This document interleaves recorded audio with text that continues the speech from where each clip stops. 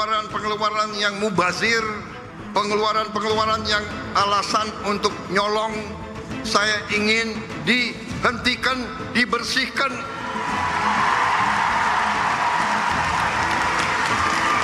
Ada yang melawan saya, ada. Dalam birokrasi merasa sudah kebal hukum, merasa sudah menjadi raja kecil. Saya mau menghemat uang itu untuk rakyat. Yang sampai hari ini saya belum paham tentunya adalah dasar daripada efisiensi ini. Apakah penerimaan negara yang tidak tercapai perlu lebih transparan? Arahan Presiden itu, program-program yang selama ini tidak terukur, tidak bisa diukur keuntungannya, manfaatnya bagi publik, itu ditiadakan. Seremonial dikurangi, perjalanan dinas dikurangi, tapi yang pelayanan publik tidak dikurangi. PSO, Public Service Obligation, tidak dikurangi. Kalau berhasil memperbaiki struktur dari APBN kita yang sangat heavy untuk belanja birokrasi, itu akan lumayan gitu untuk bisa mengakselerasi perekonomian.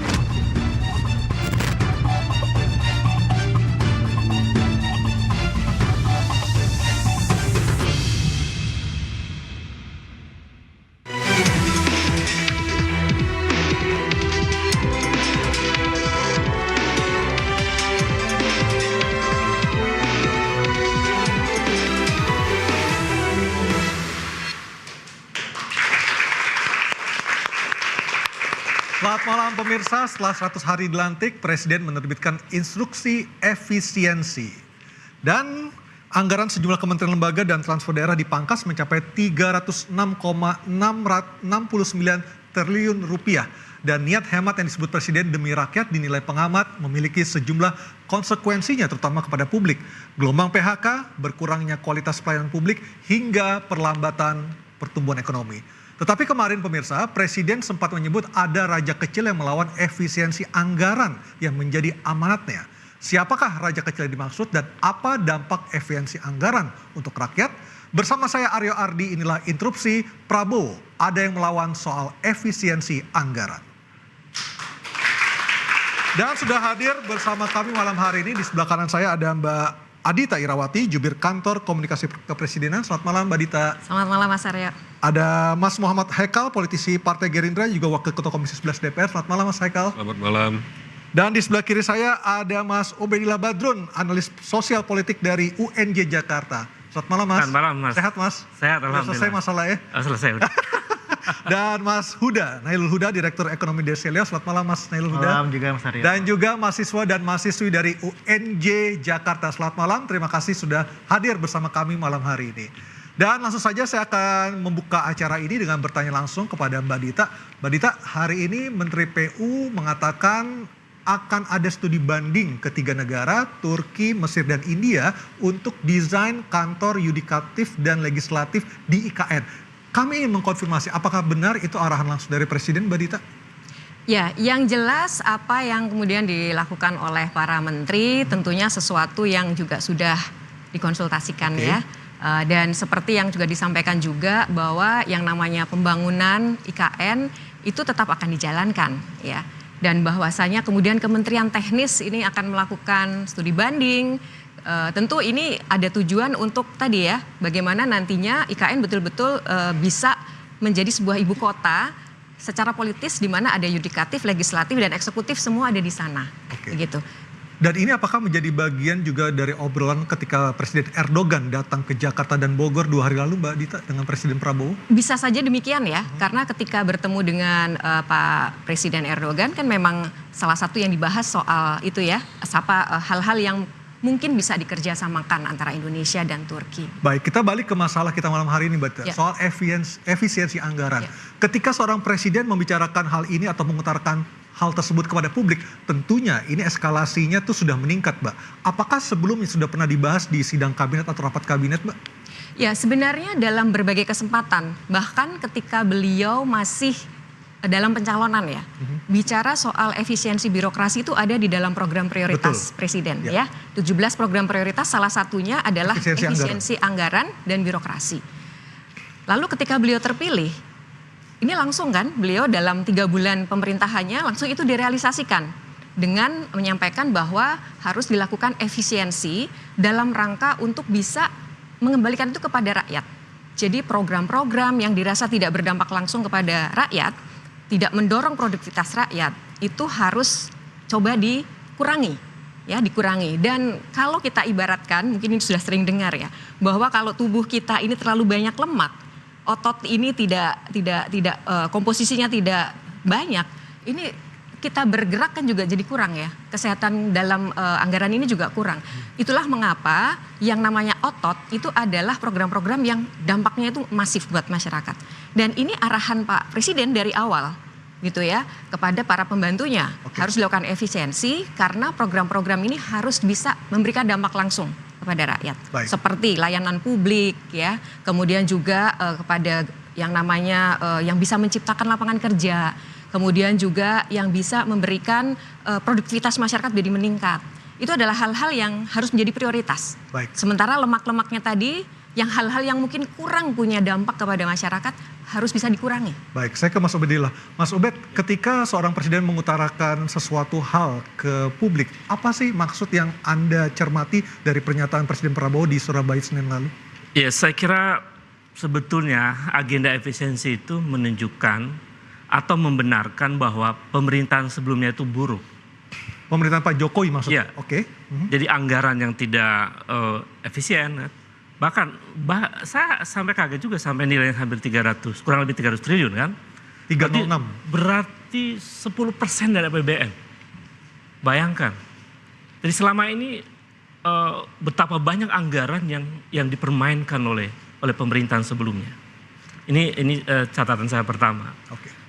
Yang kedua, tentu proses efisiensi itu basisnya mesti saintifik.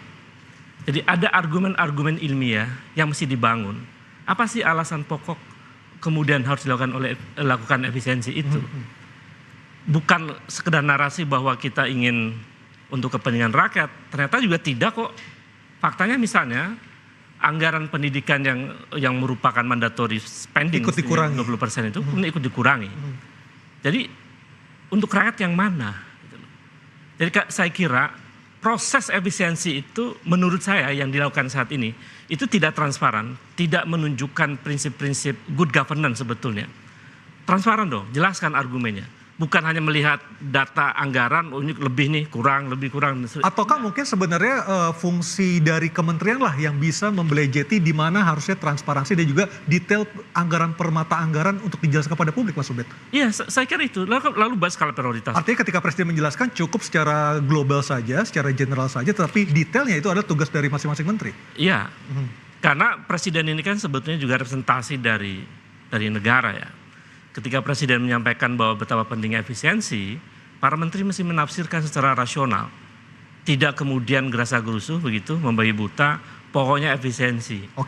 Padahal rakyat membutuhkan pendidikan yang berkualitas. Rakyat membutuhkan kesehatan yang layak. Rakyat membutuhkan pekerjaan yang cukup. Saya kira 3 agenda itu mestinya menjadi dijalankan sesuai dengan konstitusi saja. Karena jelaskan harus 20% untuk pendidikan. Jadi bayangkan, konstitusi. Iya, amanat konstitusi. Bayangkan 20% yang selama ini ditulis di dalam konstitusi itu dan termasuk Undang-Undang Sistem Pendidikan Nasional yang tahun 2003 itu saja nggak sampai itu 20% itu. Baik, saya ke Mas Hekal. Mas Hekal, menurut pandangan Mas Hekal sebagai anggota DPR, Wakil Ketua Komisi 11 dan juga anggota fraksi Partai Gerindra tentunya, apakah kementerian ini cukup bisa memahami maksud dari pemotongan anggaran yang dilakukan oleh Presiden Prabowo? Jadi memang pemotongan anggaran ini sebetulnya gini, yang diharapkan oleh Pak Prabowo itu kan bukan pemotongan seperti yang tadi disampaikan ini tidak jelas ya.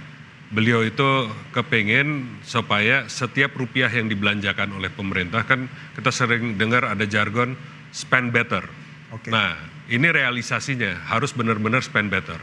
Jadi beliau itu kan lihat loh, ini kok banyak sekali belanja-belanja yang kelihatannya mengada-ada. Kita buat contoh aja ya. Kita sering kali ini sebagai warga Jakarta aja sering mengeluh menjelang akhir tahun, kok sering ada galian jalan, kayaknya ngabis-ngabisin anggaran akhir tahun. Belum lagi sering kali mungkin ada pejabat-pejabat yang keliling-keliling di bulan-bulan Oktober, November, Desember terkesan ngabisin anggaran buat jalan-jalan. Nah, yang hal-hal seperti ini kan beliau juga paham gitu kan. Nah, obrolan soal belanja diefisiensikan ini sebetulnya udah obrolan beliau karena saya dari Partai Gerindra dari belasan tahun yang lalu. Hari ini kita lagi tadi acara Rapimnas merayakan 17 tahun kita Partai Gerindra, dan selama Pak saya Prabowo di terpilih lagi ya sebagai Ketua Umum Gerindra ya. Alhamdulillah beliau terpilih lagi untuk memimpin Gerindra sampai 2030. Tapi ya selama kita di Gerindra ya obrolan ini nggak berubah. Beliau itu konsisten bahwa beliau merasa di Indonesia ada pengelolaan keuangan yang tidak baik sehingga ada kebocoran uang. Nah, kebocoran itu kan ada dua, ada di soal penerimaan dan di pengeluaran.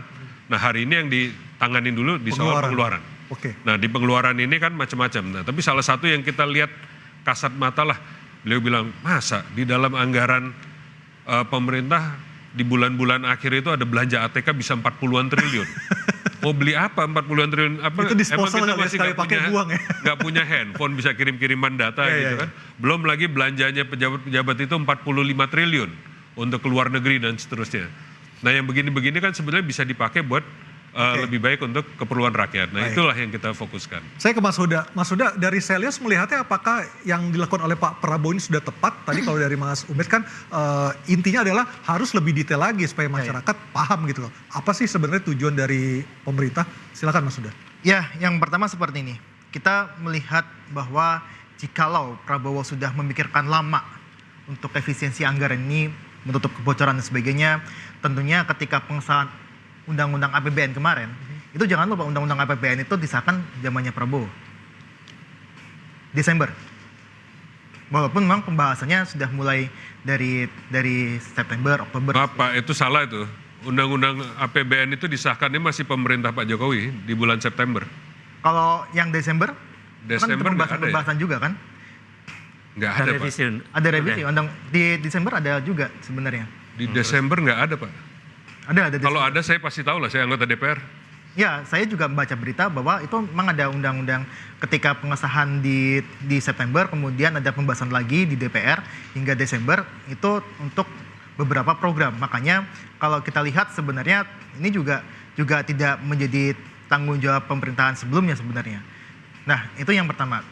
Yang kedua adalah ketika kita melihat bahwa ada beberapa program yang disampaikan oleh Prabowo untuk MBG dan sebagainya, kembalikan ke rakyat kecil dan sebagainya, artinya adalah ketika pembahasan program ini di awal, artinya ini tidak prudent dalam artian dari mana sumber pembiayanya. Nah, inilah yang saya selalu katakan bahwa ayolah kita terus terang aja apakah memang pemerintah ini punya uang atau tidak sebenarnya untuk membiayai MBG atau program-program lainnya. Adalah kita terus terang saja gitu kan, apakah punya uang atau tidak gitu kan. Nah, karena kalau punya uang, otomatis sebenarnya efisiensi anggaran, pemutaran anggaran atau tadi restrukturisasi ya bahasanya kan, itu tidak akan dilakukan. Tapi ketika tadi Mas Hekal mengatakan ada anggaran-anggaran pos-pos mata anggaran yang tidak masuk akal, seperti misalnya ATK ataupun perjalanan ke luar negeri di akhir tahun, itu bukankah itu memang harus dipotong, Mas Huda? Iya, kalau mau dipotong sebenarnya ya dari sisi kementerian lembaga yang terlalu banyak juga harus. Artinya tidak sebesar anggaran dipotong saat ini, seperti itu? Iya, kalau kita lihat sebenarnya kalau memang Prabowo mau konsisten secara efisien dan sebagainya, tentu dia harus melihat dari sisi koalisi yang gemuk misalkan. Itu kan kontradiktif sebenarnya dengan apa yang disampaikan oleh Prabowo saat ini, dengan apa yang dilakukan kemarin. Menunjuk menteri itu kepala lembaga 49 lebih, itu kan sebuah pemborosan. Apa yang dilakukan sama Vietnam, USA dan sebagainya itu udah efisiensi. Kalau yang dilakukan oleh Prabowo saat ini bukan efisiensi, emang nggak ada uang aja, sehingga harus memutar uangnya dan anggaran-anggaran itu untuk membiayai MBG, itu aja sebenarnya. Artinya bukan efisiensi, tetapi untuk mengalihkan anggaran ke program yang lain. Bukan menutup kebocoran, emang nggak ada uang aja sebenarnya. Oke, Mbak Dita silakan Mbak, komentarnya Mbak. Ya, ini sebenarnya kan kalau kita perhatikan tadi ya kembali lagi. Banyak sekali yang inefisiensi sebenarnya di dalam anggaran kita ya. Tadi sudah disebutkan angkanya tadi. Salah satunya betul Mas, ATK itu alat tulis kantor itu 40 triliun 1 tahun ya kalau dicoba diakumulasikan dari semua kementerian. Nah, ini kan sesuatu yang adakah dia dampaknya kepada masyarakat? Kita harus akui tidak ada kan secara langsung gitu. Padahal kalau kita hemat saja 50%, itu sebenarnya angka 20 triliun itu bisa membangun renovasi sekolah yang memang tahun ini dianggarkan sekitar 17 triliun. Jadi ini sebenarnya itu tadi ya, bagaimana yang namanya efisiensi, karena sekarang ini kita melihat banyak sekali hal-hal yang sebenarnya masih bisa dihemat di kementerian, itu coba kita alihkan untuk bisa memberikan program yang lebih real gitu ke masyarakat ya. Jadi bahwasannya tadi ada pendapat soal itu, sebenarnya kita kembali lagi bahwa semangatnya ini kan kita ingin jangan sampailah ada yang bocor, ada yang tidak efisien, yang itu rakyat cuma bisa nonton. Untuk MBG apakah pemerintah masih punya uang, Mbak? Jangan dijawab dulu, Mbak ya. Kita akan lihat jawabannya usai pariwara. Tetap bersama kami di Interupsi.